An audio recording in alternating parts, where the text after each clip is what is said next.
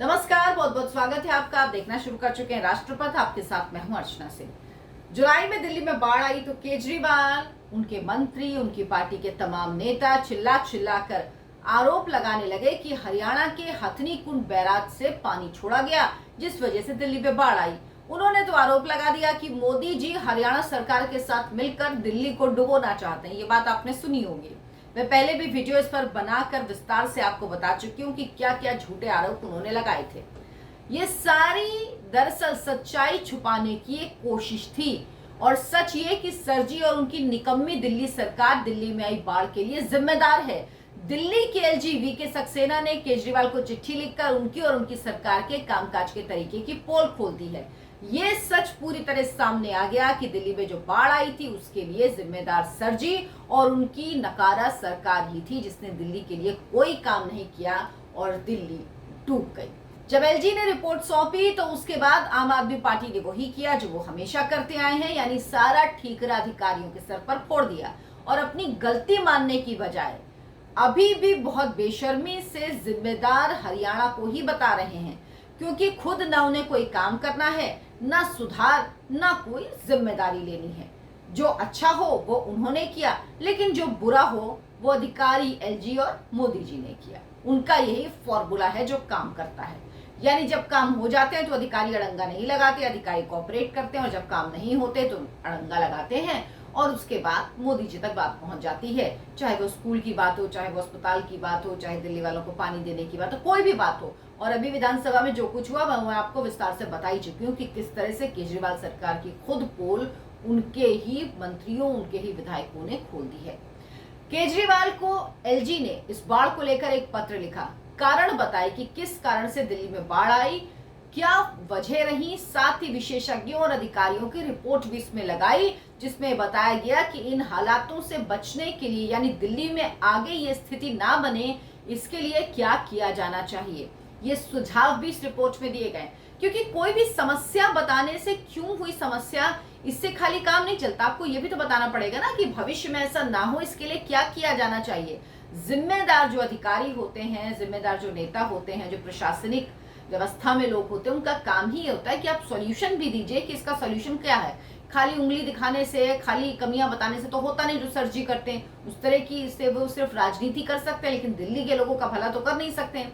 तो अब ये जो रिपोर्ट दी इसमें सुझाव भी दिए गए क्या क्या करना चाहिए, पर केजरीवाल जी ने मानेंगे और इन पर काम करेंगे, वो कम से कम अभी तक सरजी का जो रिकॉर्ड है वो देखकर तो नहीं लगता।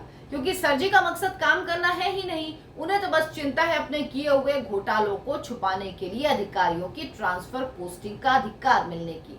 जो बिल अब संसद से पास हो चुका, राष्ट्रपति के साइन हो चुके, जो कानून बन चुका है, लेकिन अभी वो मामला सुप्रीम कोर्ट में है। सरजी को सिर्फ यही तकलीफ है, उनको सिर्फ यही चिंता है, इसके अलावा उन्हें किसी चीज से कोई लेना देना नहीं है।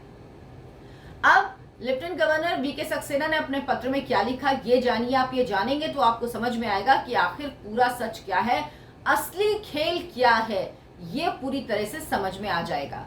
हथनी कुंड से 2019 मतलब 4 साल पहले में 8.28 लाख क्यूसेक पानी छोड़ा गया। बावजूद इसके दिल्ली में पुराने रेलवे ब्रिज पर यमुना में जलस्तर 206.6 मीटर के निशान को ही छू पाया। हालांकि इस बार सिर्फ 3.59 लाख क्यूसेक पानी छोड़ा गया, 3.59 लाख क्यूसेक पानी छोड़ा गया, फिर भी यमुना का स्तर 208.66 मीटर के रिकॉर्ड स्तर पर पहुंच गया। यानी सोचिए, आधे से भी कम 2019 में जितना पानी छोड़ा गया था उससे आधे से भी कम 8.28 और 3.5 नहीं, आधे से भी कम पानी छोड़ा गया, लेकिन यमुना का स्तर ज्यादा बढ़ गया। जो रिकॉर्ड स्तर है वहां तक पहुंच गया। ये कैसे हुआ आखिर? इसकी वजह हथनी कुंड से पानी छोड़ा जाना तो नहीं हो सकता।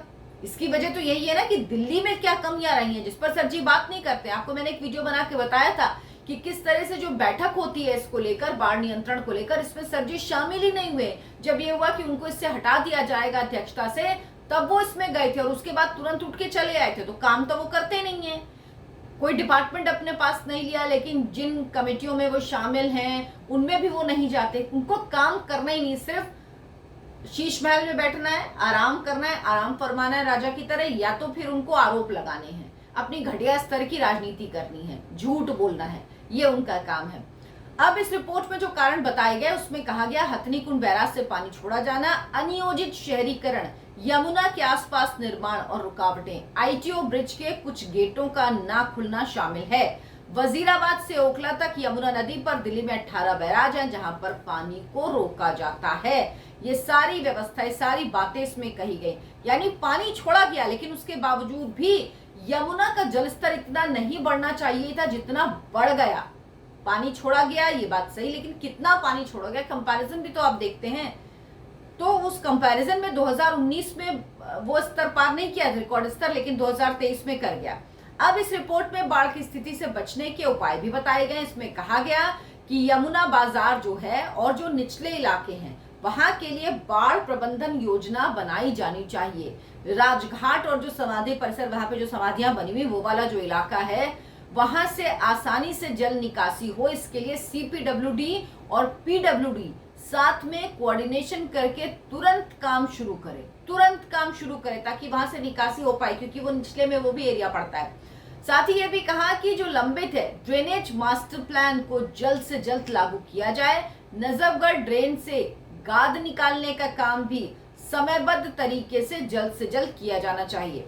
हर साल एक विस्तृत बाढ़ नियंत्रण योजना समय पर बनाई जानी चाहिए और दिल्ली में मॉनसून की तारीख से लगभग 20 दिन पहले यानी तकरीबन 10 जून तक ये उपाय कर लिए जाने चाहिए। यानी तैयारियां 20 दिन पहले हो जानी चाहिए। अब अगर केजरीवाल जी ये सब सुझाव मानकर इन पर काम करते हैं तो दिल्ली वालों को आगे बाढ़ का सामना नहीं करना पड़ेगा। और अगर आरोप प्रत्यारोप का खेल ही चलता रहेगा जो उन्होंने शुरू कर दिया है, जो उनके मंत्री बोलने लगे हैं, वो कह रहे हैं कि नहीं ऐसा नहीं है, एलजी साहब ने अधिकारियों को क्यों काम करने नहीं दिया, अधिकारियों ने काम नहीं किया जिस वजह से बाढ़ आई है। अगर यही सब करते रहो और रिपोर्ट ठंडे बस्ते में डाल दी तो फिर दिल्ली वालों का भगवान ही मालिक है। फिर अगले साल बारिश होगी, जब उस वक्त क्या स्थिति होगी वो सिर्फ इस पर निर्भर करेगा कि बारिश कितनी होती है अगर केजरीवाल इस रिपोर्ट पर काम नहीं करते। इस वीडियो को लाइक करें, शेयर करें और चैनल को सब्सक्राइब जरूर कर लें। नमस्कार।